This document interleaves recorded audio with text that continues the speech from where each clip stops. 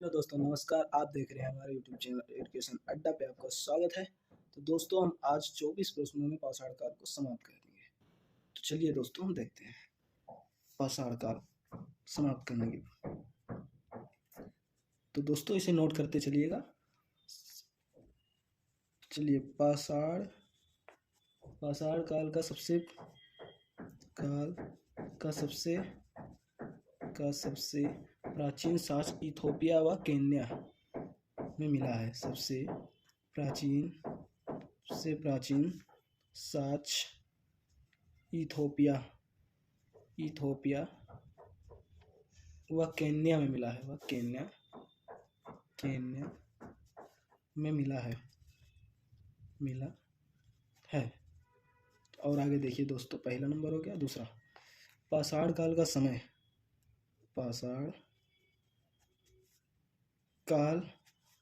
अंतराल 25 लाख ईसा पूर्व माना जाता है। 25 लाख ईसा पूर्व माना जाता है। और दोस्तों, तीसरा है, पाषाण काल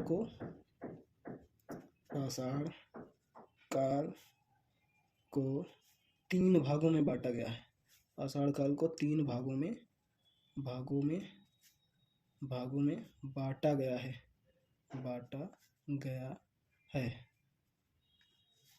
पहला है दोस्तों, चलिए थे पूरा पाषाण काल।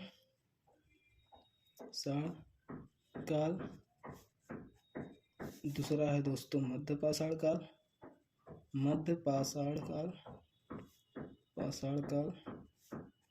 और तीसरा है दोस्तों नवपाषाण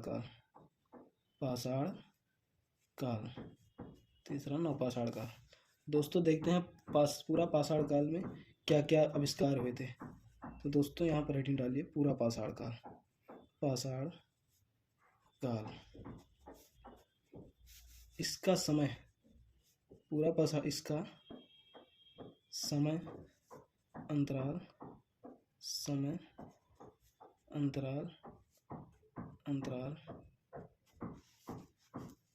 25,000 ईसा पूर्व से 25,000 ईसा पूर्व से लगभग 12,000 ईसा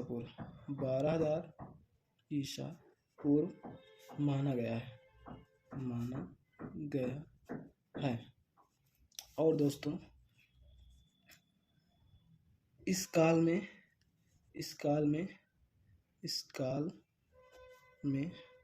सर्वप्रथम आग का आविष्कार हुआ। इस काल में सर्वप्रथम आग का आविष्कार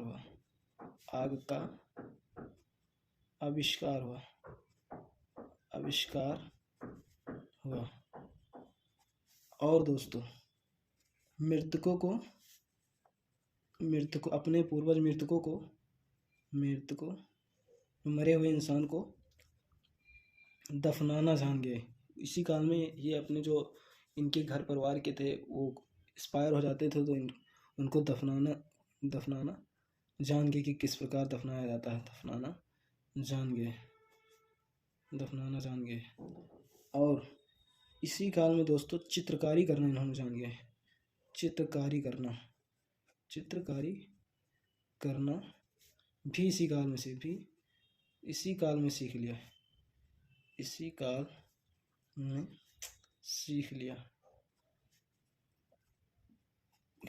और दोस्तों, हड्डी के औजार भी इसी काल में बनाना सीख लिया। हड्डी के औजार भी इसी काल में बनाना सीखा। ये औजार भी इसी काल में बनाना सीख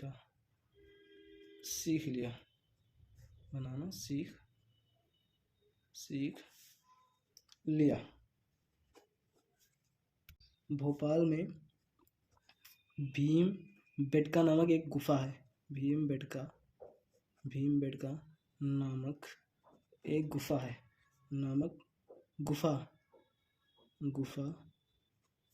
है जिसमें जिसमें हमारे पूर्वज द्वारा बनाया गया चित्र, जिसमें हमारे पूर्वजों द्वारा बनाया गया चित्र मिलता है। और इसी प्रकार एक गुफा उत्तर प्रदेश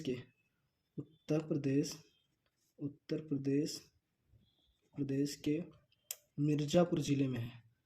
उत्तर प्रदेश के मिर्ज़ापुर जिले में है।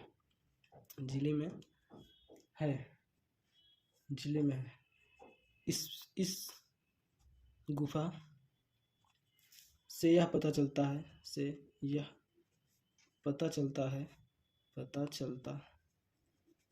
है कि हमारे पूर्वज ग्रुप बनाकर, मतलब समूह में रहते थे। इस गुफा में हमारे पूर्वजों द्वारा चित्रकारी जो की गई थी वो समूह में बनाई गई चित्र मिलते हैं। इसमें समूह में रहते थे। और तीसरा है मध्य पाषाण काल। अब हम बताएंगे आपको समय अंतराल मध्य पाषाण काल का। मध्य पाषाण काल का समय अंतराल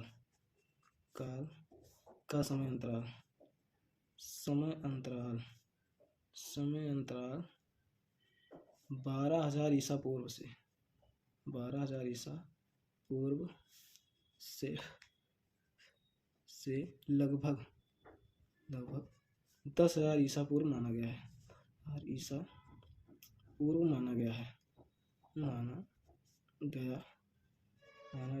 है।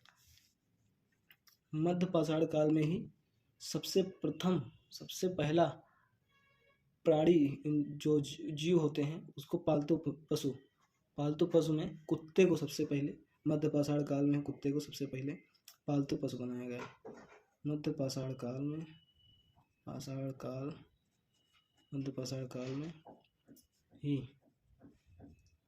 ही कुत्ते को पालतू पशु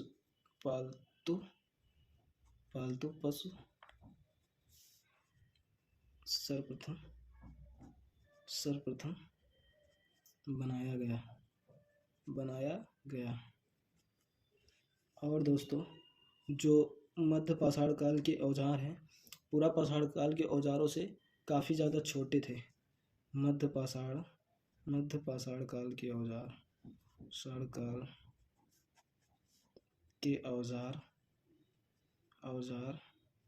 पूरा पाषाण काल के औजारों से पूरा पाषाण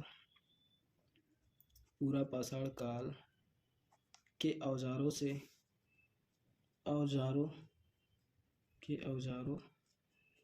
से छोटे थे। अब इसके बाद गाइस नव पाषाण काल आता है। तीसरा है नव पाषाण काल। नव पाषाण काल की शुरुआत जब से हमारे पूर्वज खेती करना प्रारंभ किए तभी से नव पाषाण काल माना जाता है। नव पाषाण काल जब से हमारे पूर्वज खेती करना प्रारंभ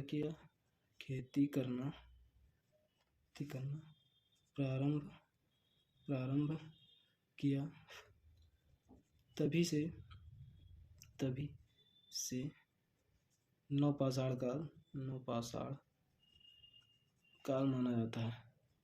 काल माना जाता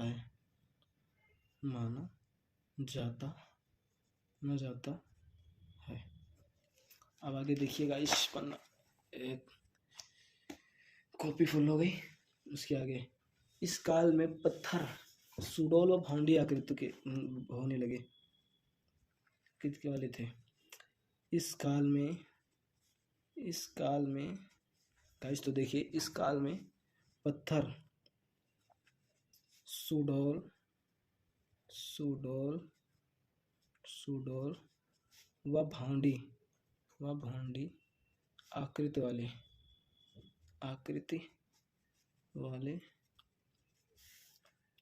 वाले थे।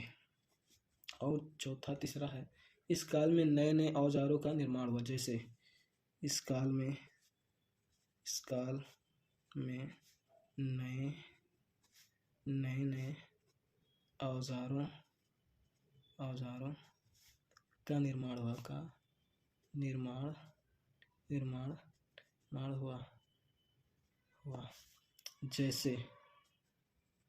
जैसे हसिया और कुल्हाड़ी, कुल्हाड़ी आदि। और भी हैं गाइस। इस काल में, अगला स्टॉप देखिए, इस काल में पशुपालन की शुरुआत हुई। पशुपालन की शुरुआत हुई।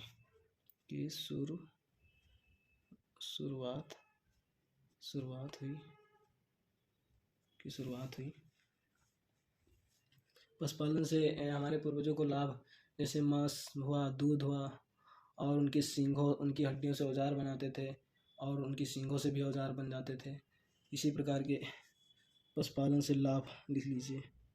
पशुपालन से लाभ इसे नोट करते चलिएगा दोस्तों। लाभ पहला है,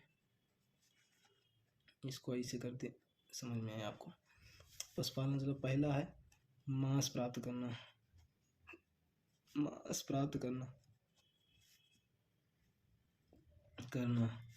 दूसरा है, क्या हुआ?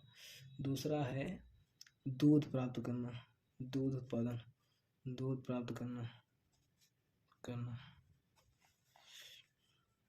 हड्डियों से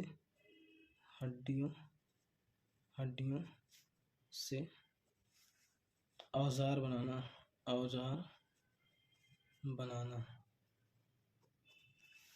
और भी अलावा उनके गोबरों से कंडे वगैरह, जो आपके ज़माने में भी चलते हैं, गांव वगैरह में जो रहते हैं वो देखते हैं।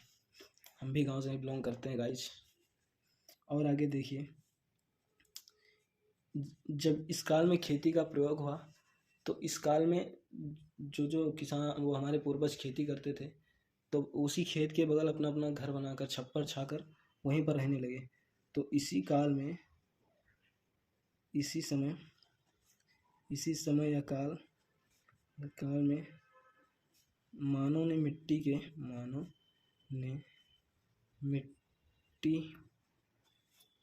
के घर बनाकर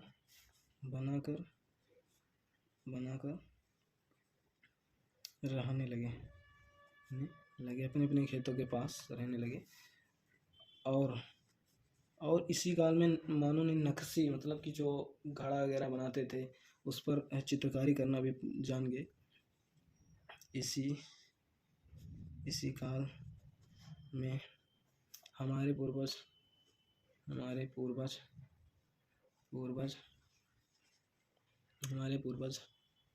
घड़ा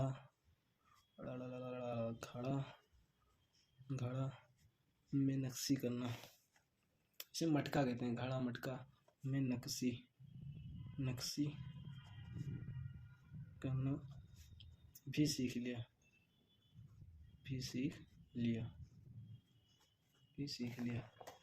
पहिए का आविष्कार भी नवपाषाण काल में हुआ गाइस। पहिए का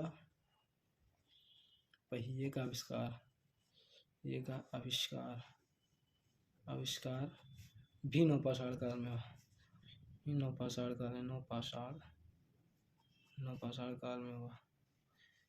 में हुआ। नवपाषाण काल में चटाई बनाना, जूट उत्पादन करना, चावल उत्पादन करना और व्यवसाय विकसित करना इत्यादि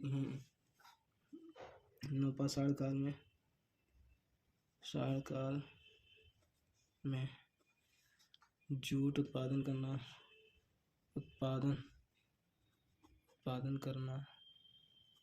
हुआ। व्यापार करना, जैसे चटाई बनाना, जूट चटाई बनाना, और जानवरों के बालों से कपड़ा बनाना। जानवरों के बालों से के बालों से कपड़ा बनाना इत्यादि और भी हैं। और नौपाषाण के अंत होते होते पत्थर की जगह हमें उसका क्या बोलते हैं धातु के भी औजार बनाने सीख लिया हमारे पूर्वजों ने, जैसे तांबा के औजार, उसे धातुकाल भी कहा जाता है। अब इसमें हेडिंग डाल दे धातुकाल। धातुकाल नौपाषाण काल के अंत होते होते पत्थर की जगह धातु के भी औजार बनने लगे। नौपाषाण काल खत्म होते होते धातुओं के भी औजार बनने लगे और तांबे का प्रयोग हुआ। तांबा का प्रयोग हुआ। तांबे और टिन को मिलाकर कांसा निर्मित किया गया। तांबा व टिन को मिलाकर कांसा निर्मित किया गया। कांसा निर्मित किया गया।